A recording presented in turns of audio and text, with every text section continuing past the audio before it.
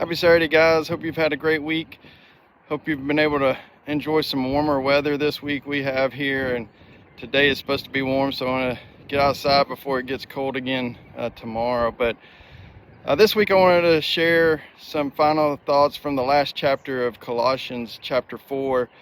A lot of the chapter 4, he talks about others that are on mission with him and talks to the church there in Colossae to welcome them.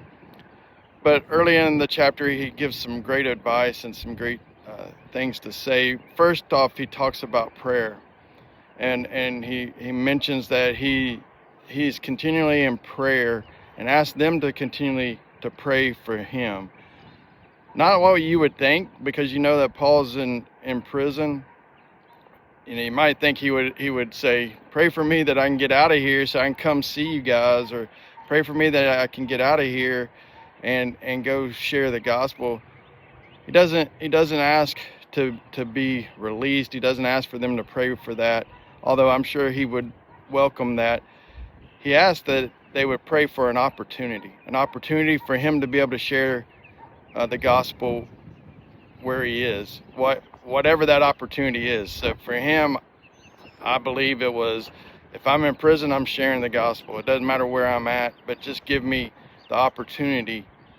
Let me see that opportunity. Let me be aware of that opportunity. And I think that's something that we can think about too as we go about our lives. Is that our prayer? Do we ever think that prayer? That's a pretty dangerous prayer for a lot of us, because we don't feel comfortable enough to talk to somebody about it. But if you think about it, that's a great prayer, because God wants to open doors. He wants to get and be able to open conversations with people, and so I think Paul's prayer there is good. But it kind of got me thinking about prayer in general, and what Paul continually talks about prayer throughout his letters to the different churches.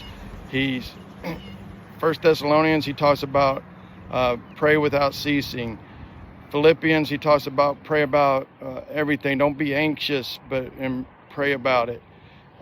In Romans, he talks about being constant prayer.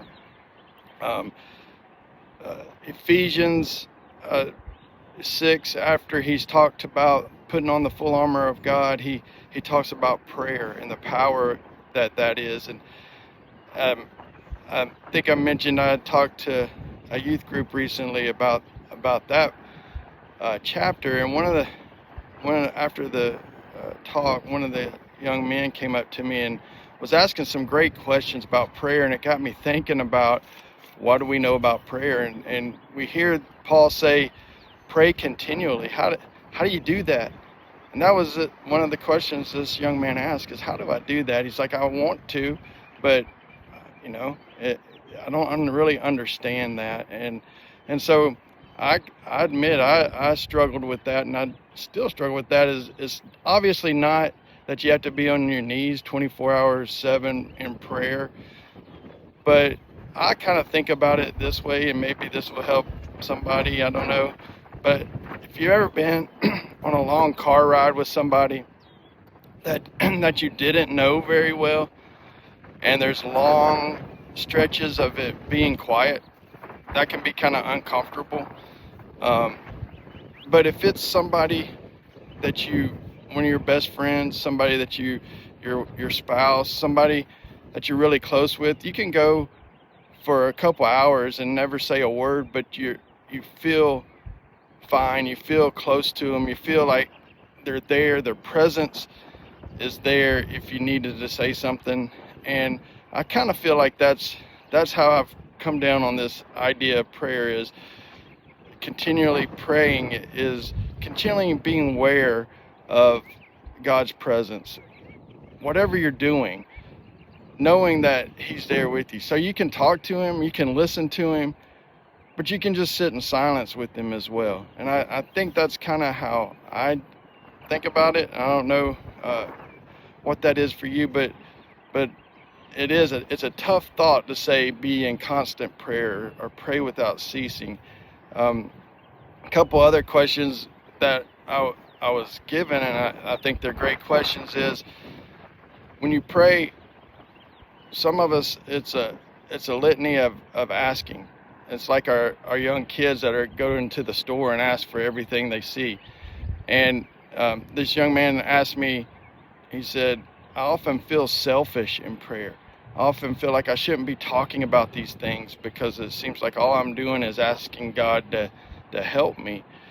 And in Ephesians 6:18, he says, pray about all kinds of things, all kinds of requests, bring them to me. God wants to hear that, whether we think it's selfish or not, and he wants us to feel comfortable to come to him and ask. And I think about it often that, you don't want to do it from a prideful, where you feel like you're entitled to something from God, but it's more of a relationship. And then one of the last questions he asked me was, he said, well, God already knows what I'm going through. He already knows all the things I want. He knows everything. Why do I feel weird just talking to him? And I think about that too, because true, God knows what you need. He knows what you want. He knows your worries. He knows your anxieties. He knows all of that. But as I told this young man, I said, if your best friend came to you and started telling you a story that was on his heart and you knew the story, would you interrupt him and say, I don't want to hear this anymore? No, you would sit and listen and offer some kind of comfort or peace with that situation. And so I think that's why God, he knows the situation. He knows what we're going through, but he wants to hear it from his child. And I think as a father, that's the same way I would feel about my kids, that if they come and talk to me about something maybe they've told me before, maybe I know more about it than they really think I do, I'm going to sit and listen because I want to have that relationship. I want to be the one that they come to. And that's what God wants from us. He wants us to be the one, him to be the one that we go to in times of anxiety, in times of trouble, in times of rejoicing, in all situations. And so as I think about prayer and how we might be able to do better or think about it, it's a lot of things. It's how you worship. We worship, and that's prayer.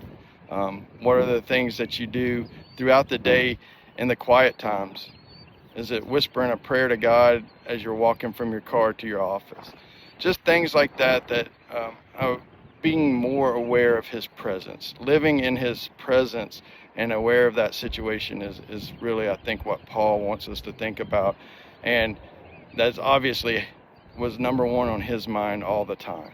And I think that is an encouragement for us to try to do that more and more. The last couple of verses he mentions before he gets into the greetings is talking about being wise and having our words be full of grace, and especially how we are towards those who aren't Christians, who aren't believers, and he says be wise about that.